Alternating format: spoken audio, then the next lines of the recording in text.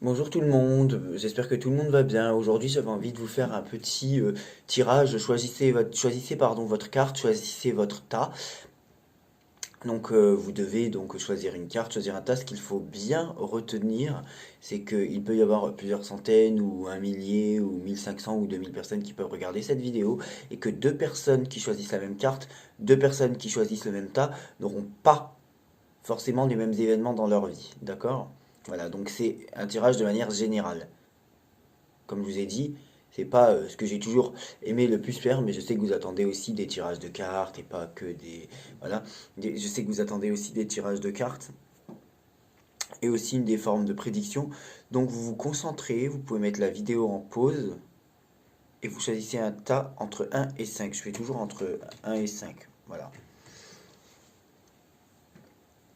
Je fais toujours entre un et 5. Donc vous vous concentrez, vous faites le vide sur votre esprit, dans votre esprit, sur votre vie en général. Moi personnellement, j'ai pas choisi de tas.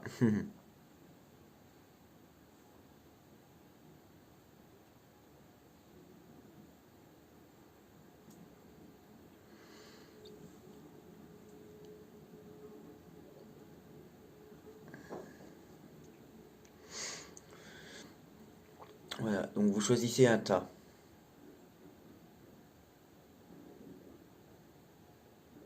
Il faut bien savoir, je répète, que deux personnes qui choisissent le tas n'ont pas forcément la même prédiction, n'ont pas forcément le même état d'esprit et n'ont pas forcément la même attente, donc n'auront pas forcément la même prédiction, tout simplement, d'accord? Voilà.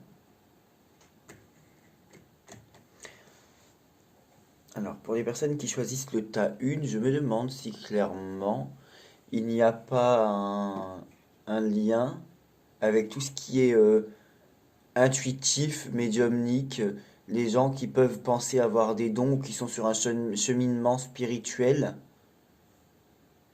en se demandant est-ce que j'ai des dons? Est-ce que j'ai quelque chose? Est-ce que j'ai une intuition? Il peut y avoir une intuition particulièrement développée. La combinaison quand même d'une carte du tarot de Marseille avec une autre de l'oracle G nous impose et nous amène à penser ça. Voilà. Néanmoins, si vous traversez quelque chose d'affectivement difficile, de professionnellement parlant difficile, de financièrement difficile, d'émotionnellement difficile, vous n'êtes pas dans le plus grand, vous n'êtes pas dans la plus grande réussite et ce n'est pas pour le moment encore que vous allez avancer parce que ce n'est pas des cartes d'avancement. Donc sur le cheminement spirituel, oui, si vous êtes dans un questionnement spirituel, dans un questionnement de médiumnité, là on a une combinaison de quelqu'un très fortement qui peut avoir de l'intuition et des dons en ce moment, mais c'est aussi toute la sphère cachée, toutes les choses cachées, toutes les choses que l'on ne veut pas nous dire, toutes les choses que l'on ne veut pas croire, toutes les choses l'on ne veut pas comprendre, toutes les choses que l'on ne veut pas admettre, toutes les choses que l'on ne nous dit pas, toutes les choses que l'on ne veut pas s'admettre et que l'on ne veut pas se dire, vous comprenez? Voilà. Et ce n'est pas une combinaison de cartes de quelqu'un qui avance, non. À part sur la sphère médiumnique et spirituelle. On a vraiment la combinaison de cartes de choses cachées, une forme de mélancolie, de tristesse, qui appelle aussi à ouvrir les yeux, à ouvrir les yeux, à sortir de l'illusion, de la désillusion, à en venir à une forme de réalité. On est dans une forme de passivité totale.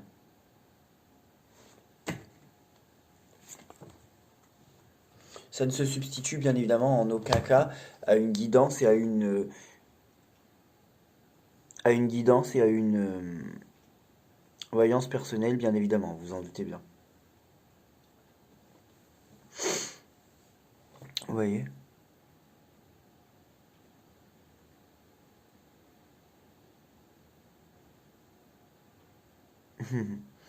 Alors, pour les personnes qui ont choisi le tas 2,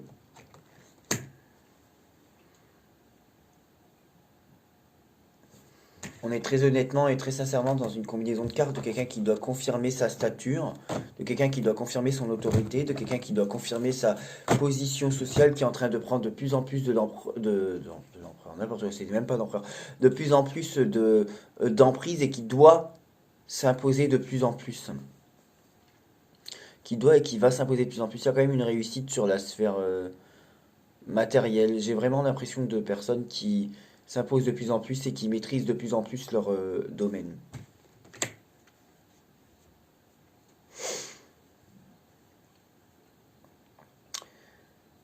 de personnes qui ont les compétences et qui peuvent avoir des responsabilités dans les semaines et les mois à venir.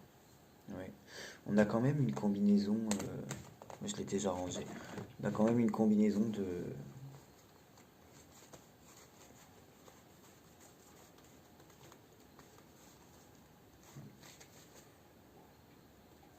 On a quand même une combinaison d'autorité, de réussite, voilà. Alors, le tas 3, alors comme le tas 1, on a quelqu'un de perdu, on a quelqu'un qui ne sait pas où il va, on a quelqu'un qui a envie d'avancer mais qui ne sait pas avancer, ou on a en tout cas quelque chose où on a envie d'avancer mais on ne sait pas où on va. Mais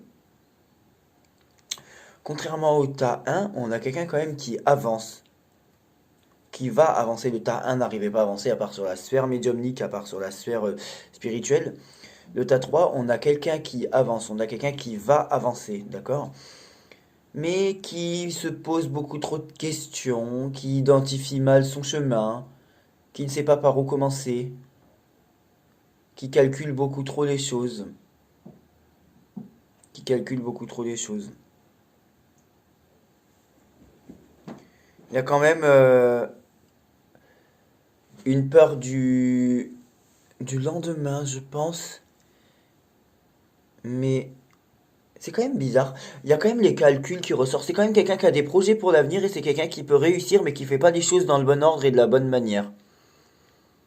Quand même quelqu'un qui peut partir sur un coup de tête. Mais il y a quand même une énergie de départ, une énergie créatrice, contrairement au tas 1, qu'on soit bien d'accord.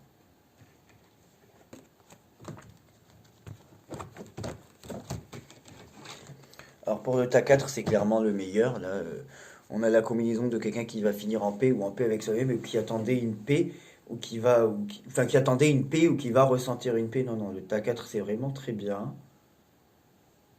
Ça parle d'un cheminement, d'un voyage. Mais là, c'est pas qu'un voyage interne. On a quelqu'un qui a une réussite très clairement. C'est une combinaison de cartes de réussite. Ça, vous voyez, avec ce genre de carte-là, c'est une prédiction qu'on peut faire, même pour deux personnes qui choisissent le même tas. Parce que quand même, là, on a une combinaison de réussite, quoi. De quelqu'un qui a réussi ou qui va réussir un projet dans les semaines et les mois à venir. Ouais, c'est le meilleur tas. C'est vraiment les déplacements, la paix, l'harmonie. Donc c'est vraiment ressentir une paix, une joie, tout simplement. Voilà. Comme je le dis encore une fois, ça ne se substitue en aucun cas à une analyse personnelle, à une voyance personnelle, que ce soit chez moi ou chez des concurrents. Voilà.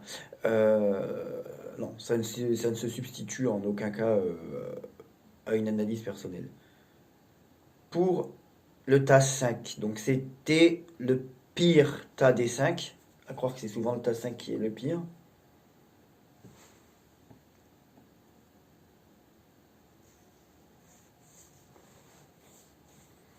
C'était le pire tas des 5. Il va y avoir la fin de quelque chose, il peut y avoir eu une rupture très très très dure à vivre, ou une histoire sentimentale très très dure à vivre, ou en tout cas sur la sphère sentimentale, la sphère affective, la sphère de l'attachement, la sphère de